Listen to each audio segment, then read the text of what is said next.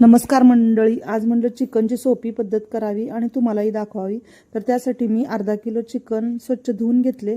त्यामध्ये 1 चमचा हळद आणि आलं लसूण पेस्ट 1 चमचा घातली, ते मॅग्नेट करण्यासाठी ठेवले। त्यानंतर कांदा 1 मध्यम आकाराचा चिरून घेतला, कोथिंबीर 1 मूठभर, टोमॅटो 1 बारीक चिरलेला, आले अर्धा इंच, लसूण 5-6 पाकळ्या, तीळ जिरे 1-1 चमचा घेतले।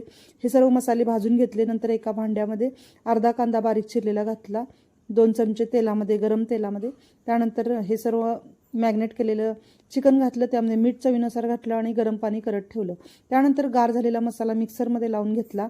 त्यानंतर एका कढईमध्ये 2 चमचे तेल घातलं, त्यामध्ये तापल्यानंतर कांदा लसूण मसाला 5 चमचे घातला, लाल तिखट 1 चमचा घातला।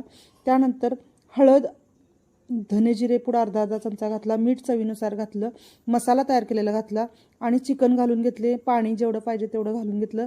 मस्त रस्सा तयार झाला। व्हिडिओ आवडला असेल तर व्हिडिओला लाईक करा, नवीन असेल तर सबस्क्राईब करा। पुन्हा भेटू पुढच्या व्हिडिओ।